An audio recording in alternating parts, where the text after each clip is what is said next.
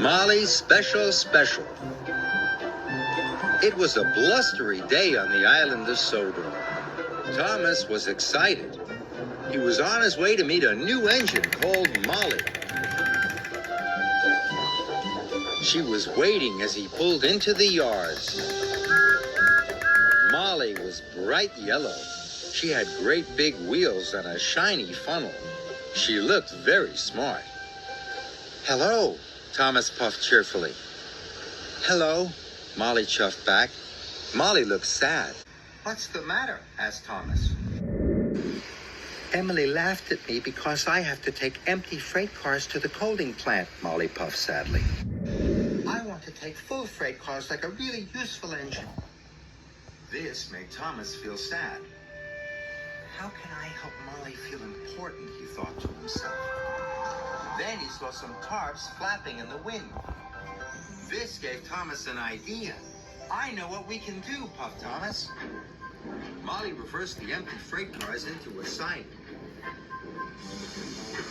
Thomas asked Molly's driver to cover her freight cars with the tarps. "With your cars covered up, no one will know they are empty," puffed Thomas. "We can make everyone think you're carrying a special delivery." "Then I will feel important," Molly chuffed cheerfully. Later, when Thomas saw Emily at the station, he told her all about Molly's special. "What is it?" asked Emily. "Not telling," Thomas puffed. "But it's the most special of all." And every time Thomas saw another engine, he told them all about Molly's special. Soon all the engines were talking about Molly's special. They were excited, except Gordon. "It won't be as important as my Express," Gordon huffed. "Molly's special is much more important than the Express," puffed Thomas. "And you'll see it tonight at Abbey Station." But then Thomas was worried. How can I make Molly's freight cars look even more special than Gordon's Express, he wondered. Later that evening, Thomas saw a station master lighting lanterns. This gave him another idea.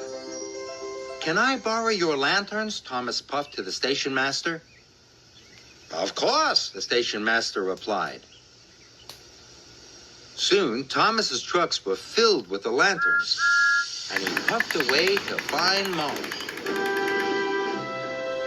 Soon, Molly's freight cars were decorated with the beautiful lanterns. She was taking the cars to the coaling plant for a very important job. "Your freight cars look very special now," puffed Thomas. "You must go through Abbey Station. Lots of engines will be there to see you."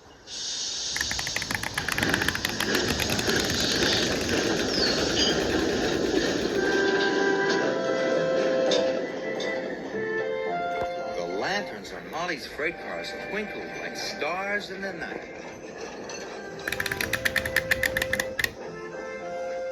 When Thomas and Molly arrived at Abbey Station, Emily, Percy, and Gordon were waiting. Percy gasped.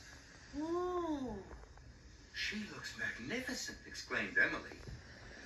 And for the first time since she'd been on Sodor, Molly felt special.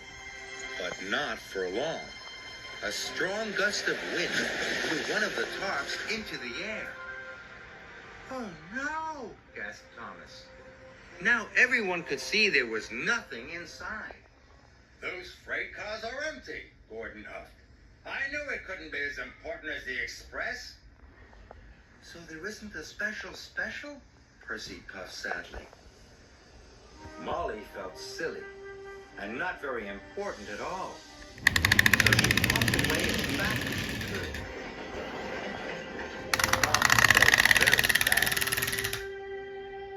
Just then, Sir Topham called the station master. And the station master came to see Thomas. "There are lots of engines waiting at the coaling plant," the station master said. "They're waiting for Molly's freight cars." "Oh no," moaned Thomas. "I've got to find Molly quickly." Molly had stopped in a siding. She looked very sad. I'm sorry I made you look silly, Puff Thomas, but they are waiting for your empty freight cars at the coaling plant. But I've nearly run out of coal, moaned Molly. Don't worry, Puff Thomas. I can help you get there. So Thomas pushed and Molly pulled. Thomas and Molly worked together. They arrived at the coaling plant in no time at all. There were lots of engines waiting for them. They all needed the empty freight cars to start their nighttime deliveries. Your empty freight cars were important after all, Puff Thomas. Molly felt so proud it made her axles tingle. We need even more freight cars, chuffed Henry. I'll get them, Molly chuffed cheerfully. And I'll help, Puff Thomas. Molly filled up with more coal, then Molly and Thomas raced back to the yard. They collected some more empty freight cars, and they puffed quickly away.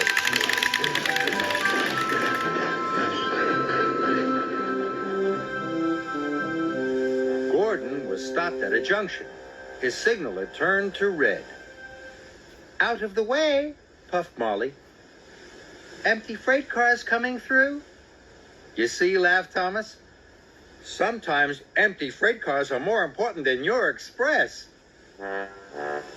Gordon's face went as red as the signal. And Molly felt more special than special.